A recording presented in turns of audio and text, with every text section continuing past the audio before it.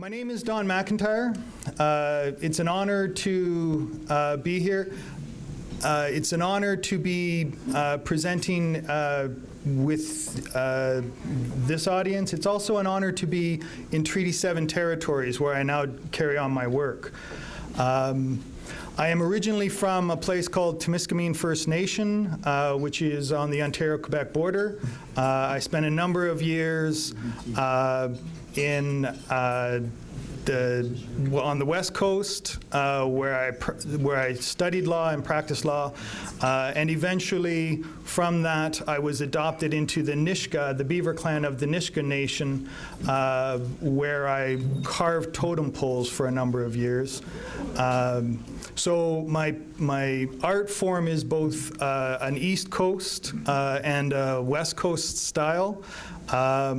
The way my uncles always described being an artist or being an Ojibwe man was my role is to show the world through Ojibwe eyes. And that has taken me on the most awesome of journeys. Now, at law school, I was told this is how you're supposed to present, that you put your hands on the podium and stand. At the university now, I walk. I actually Fitbit and get all of my steps in by moving back and forth across the stage, but I've been asked to stay very close to here. So if I don't, I ask you guys to sort of point me back, push me back into. Today I've been asked to talk about the historic treaties in Blackfoot territory. And this is an incredibly complex area. There are some incredibly interesting things that I'm going to move us through very, very quickly. Some of the slides I'm not going to address completely, and that's because there are specific touch points, but there's all kinds of stuff around it, and I have a very short amount of time. So what we're going to do is we're going to start looking at Napi. Does everyone know who Napi is? Anyone? Hands? Yeah. Okay, so Napi is, for those who don't, Napi is the trickster. Napi is also the creator in the Blackfoot language. And they are two separate beings. So we're going to start by looking at Napi for just a second and the agreement that Napi had with the creator. We're going to look at what does a treaty look like.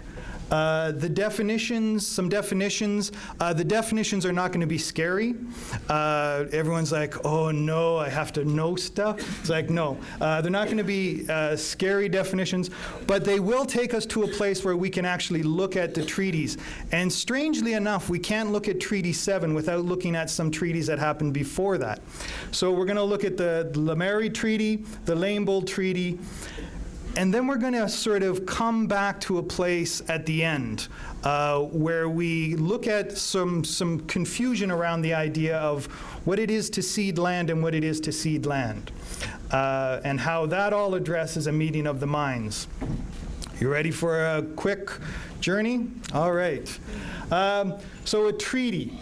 Again, what I told you is I'm going to show you a lot of stuff. There's a lot of information. What we need to learn from this is the last part.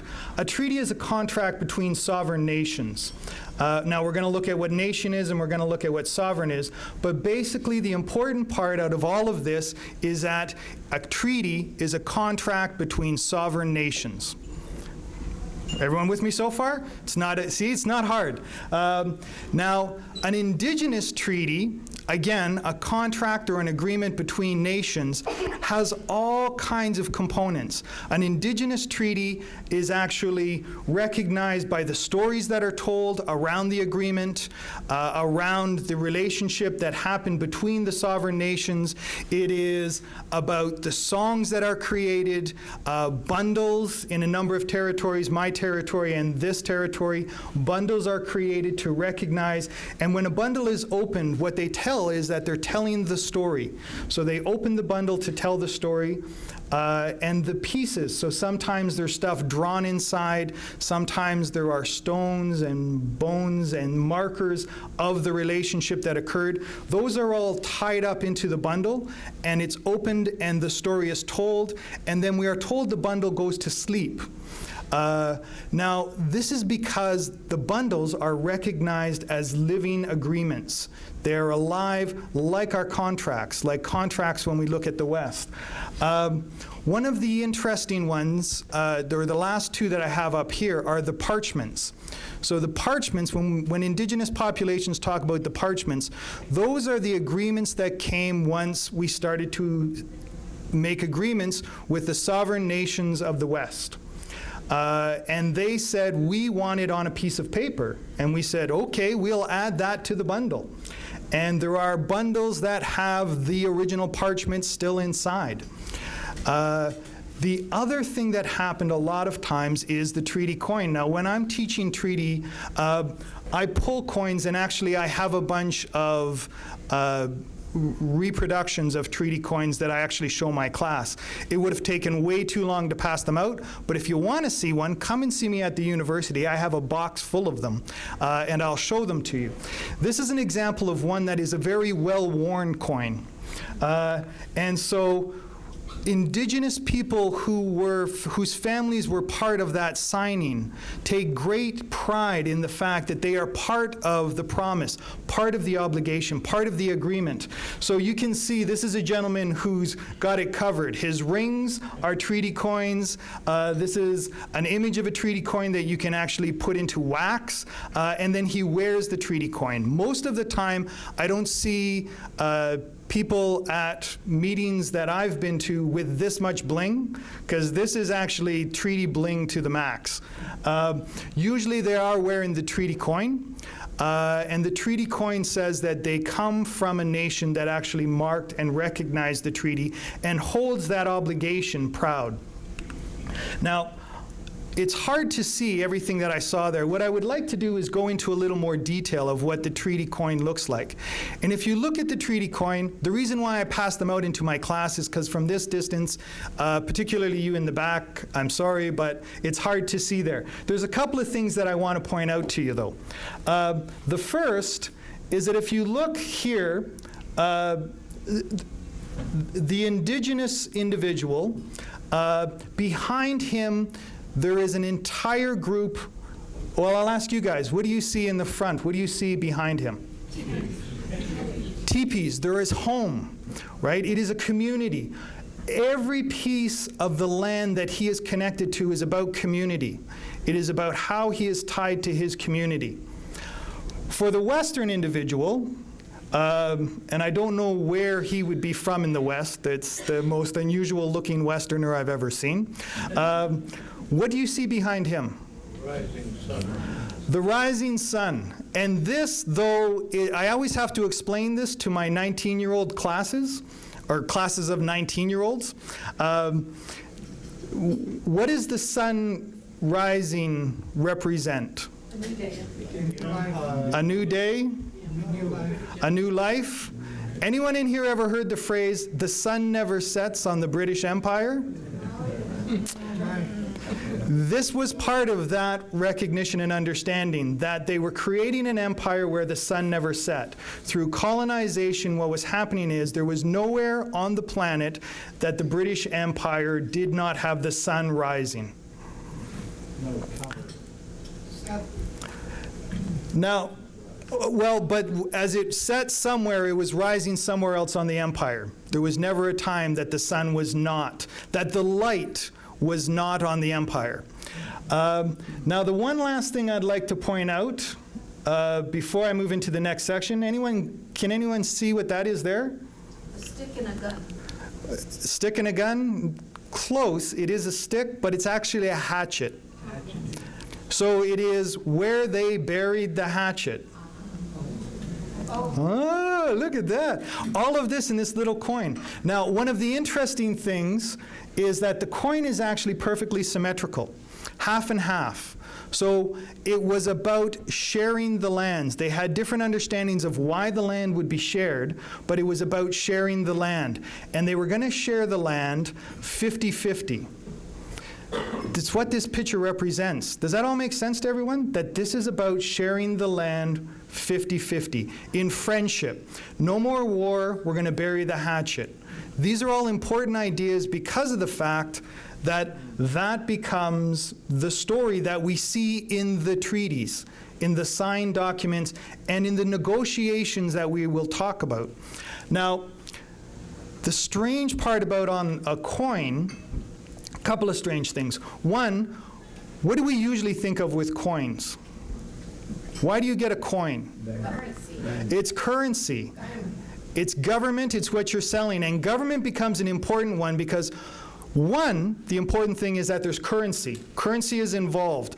Not for the Indigenous. You saw how the gentleman took his coin and made it into rings, made it into jewelry. It's because for him the obligation was important in the last slide.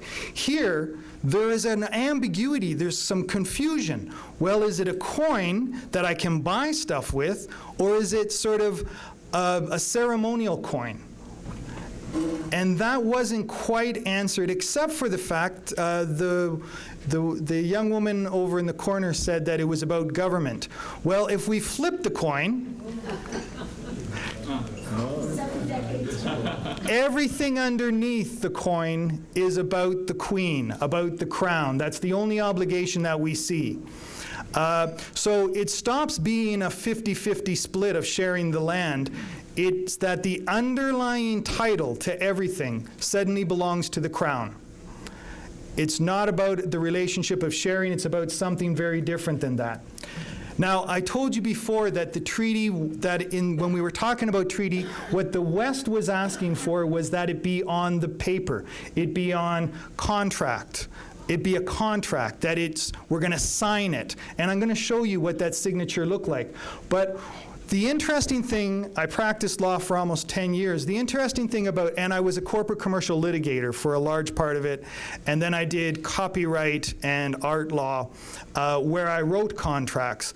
And the interesting thing about law as a litigator is it doesn't matter what the contract says. My job was to actually find the exception, to create the difference in the rule, to bend it to a place where it didn't actually fit. So we say we want the contract because we want certainty, but then what happens is there's nothing but what's included on the page. That's the entirety of the contract. Oh, except when we're doing an adhesion, except when we're going to add a part to it later, or when we're doing an alteration, which we will change the contract a little bit, sometimes with the parties knowing, sometimes without, except for variations to the contract. We do variations to the contract all the time.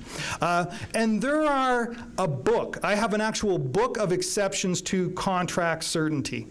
So contracts are absolutely certain in law, except for when they're not. Now, when the Blackfoot talk about treaty, we're in Treaty 7, let's talk about the Blackfoot. They talk about two very different ideas about treaty. And for your benefit and for mine, because I'm going to have to go back to the school and Shaw is watching and this is going to go out, so there are a number of Blackfoot who will see this. I'm not going to try to say these because inevitably I will do it an injustice. But the first one, in Blackfoot, this is by Peter Standing Alone. This is one description of treaty.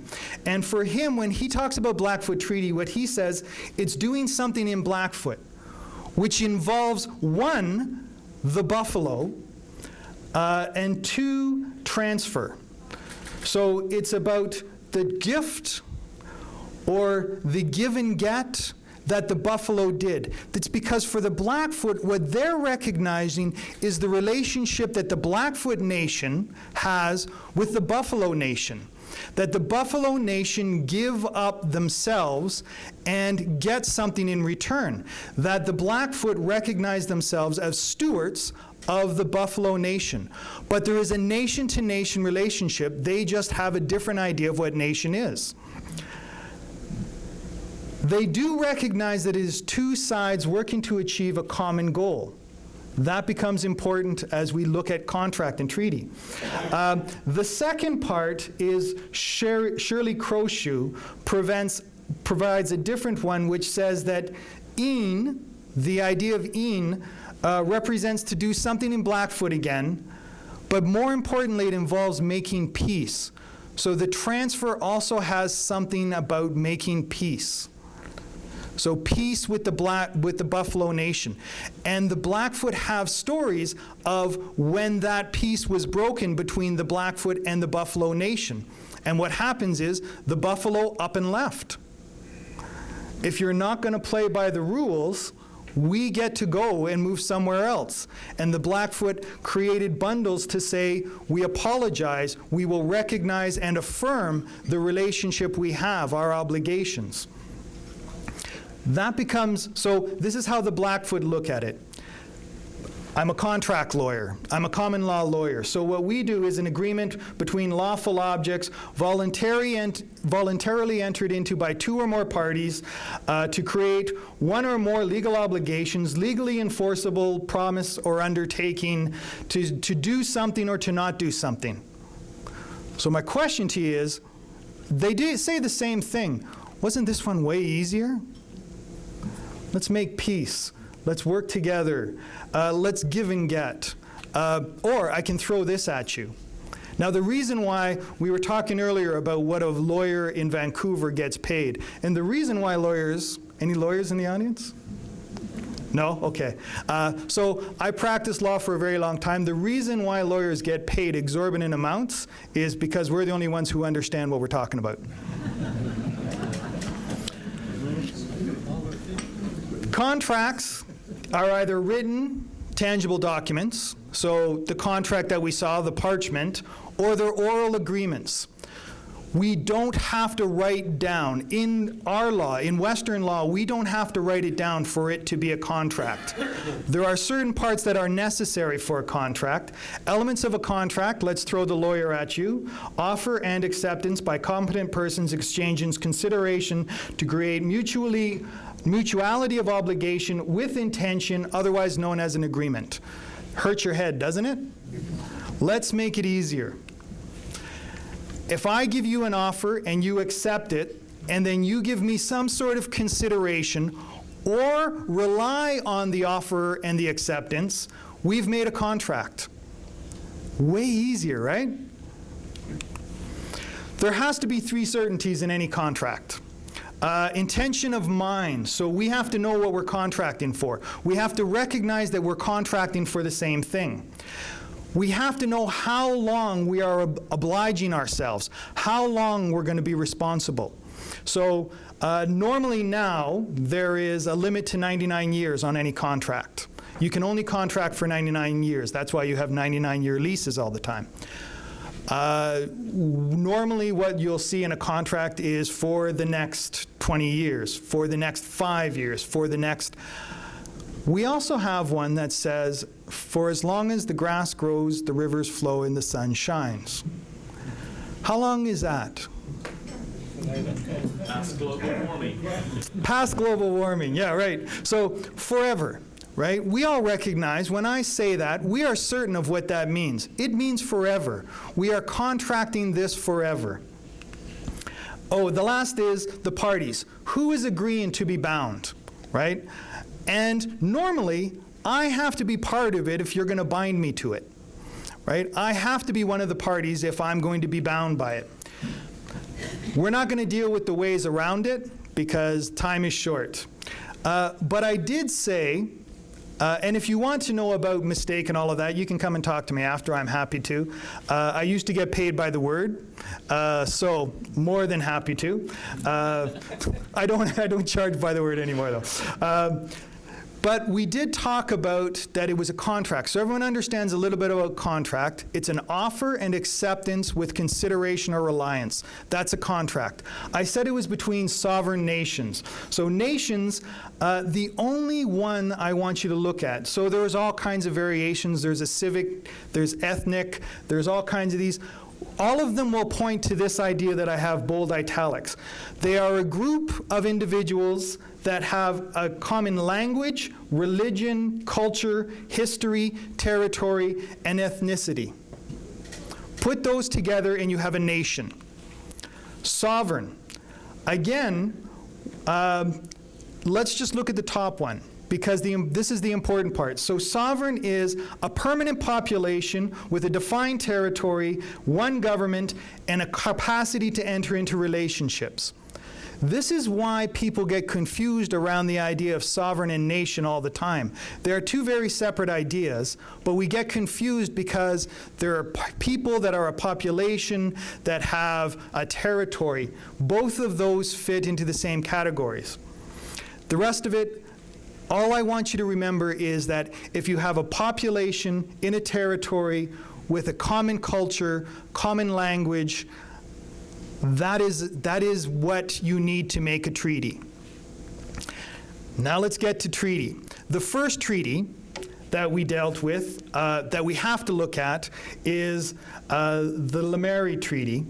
Now, the Lemeri Treaty was between, otherwise known as the Horse Creek Treaty. This is because there wasn't enough grass for the horses, so they moved them down to the creek, down the creek where there was enough for the horses to eat.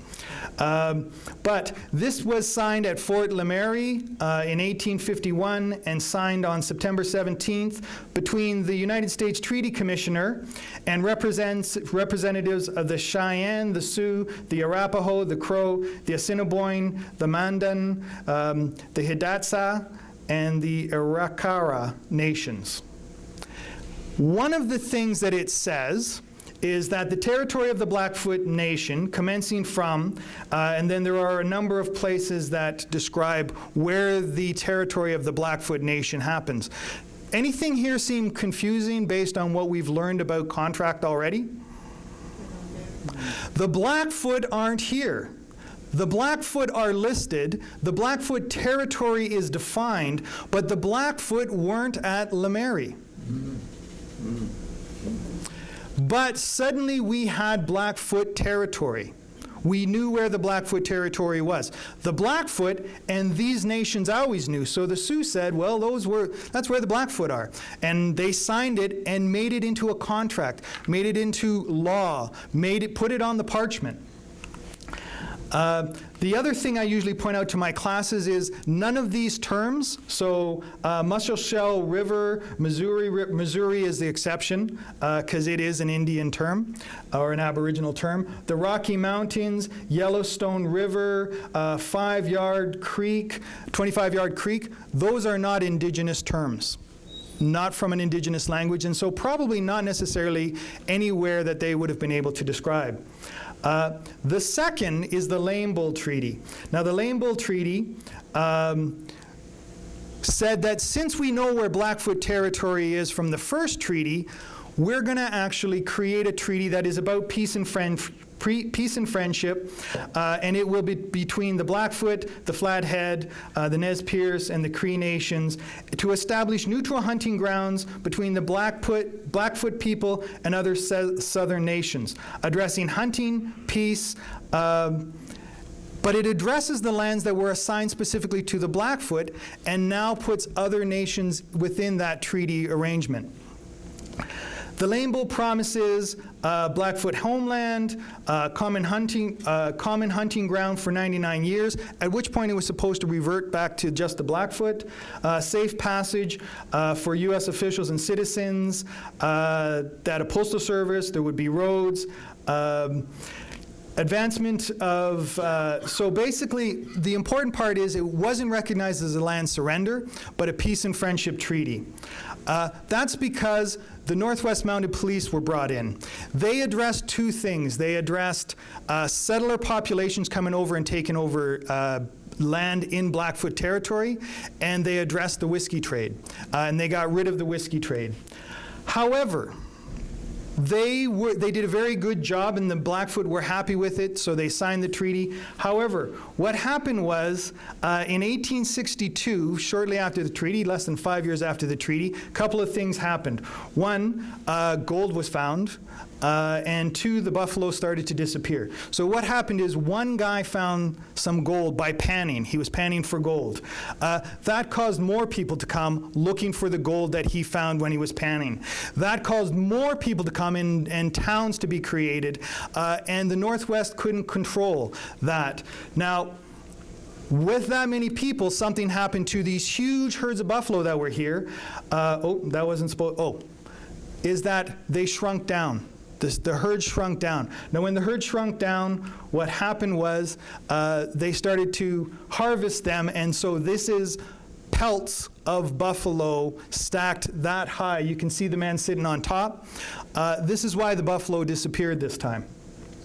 So Treaty 7 was created saying we need help again, peace and friendship treaty. All agreed that it was on friendly terms.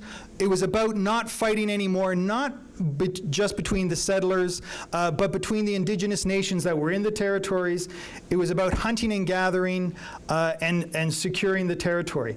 What it promised, indigenous benefits, were money, unrestricted hunting, education, medical assistance in the medicine chest, and then some rations. Now, the rations were about harvesting tools, seeds, things like that. The whites were, the benefits to the white settlement were access to lands and peace, no more fighting. This is what the treaty looks like. These are the signatures on the treaty. We're not going to address this. The only one I want you to look at is the term on the top, the Crown. What the benefit to the Crown was that the Blackfoot would cede, release, surrender, and yield up to the Government of Canada all rights, titles, privileges to their hunting grounds. Now, they just got their hunting grounds. Their hunting grounds were affirmed in the treaties, but they yield, cede, and surrender. To me, and the last part I want to address is 50,000 square miles was what the amount was. So if you're questioning about what 50,000 square miles, because in my head I can't do it, here it is. It's however many billion square inches, here's square feet, square yards. It's 640 acres. It's 2,560 roods. And then I've broken it down for metric for anyone who's moving in that route. This is where the treaty is. Treaty 7's right there. That's the small part. These are all the numbered treaties. As you can see, the treaties got larger, the chunks of land. I am ending right here. What I want to end with is the idea. As I pointed out to you a number of times, it was about a group that were told throughout their time together. Let's go back for just quickly. The coin was confusing, right? Because the coin was about commercial. The coin was about commodifying. You could buy stuff with the coin, but it was also this symbol. Well, to me, the more confusing one is that we told the populations were told across Canada, what we want you to do is become agricultural.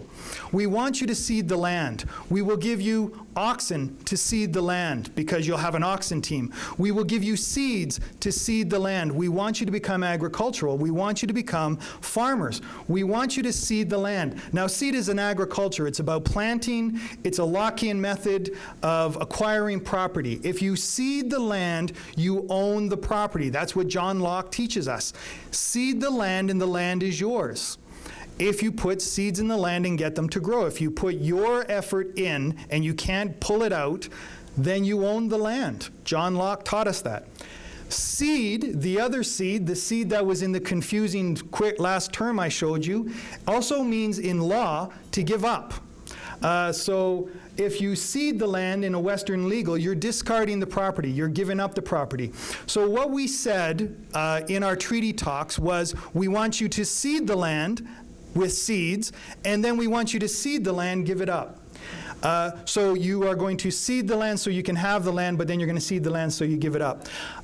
I have 10 years of law at the university. I've got 3 law degrees. I have practiced law for 10 years, and I'm confused when I look at seed, seed, seed, seed. The last part is that these here, the last 3 you see on each side, are all spellings for seed. So thank you very much. I'm going to end with a quote by Louise Crop-Eared Wolf, which says, "We believed and understood that we would share this territory amongst each other. We also believed that the land could not be given away because of its sacredness. Therefore, it did not belong to us or to anyone else. The earth was put there by our Creator for only our benefit and our use." Thank you very much. It was a pleasure talking with you.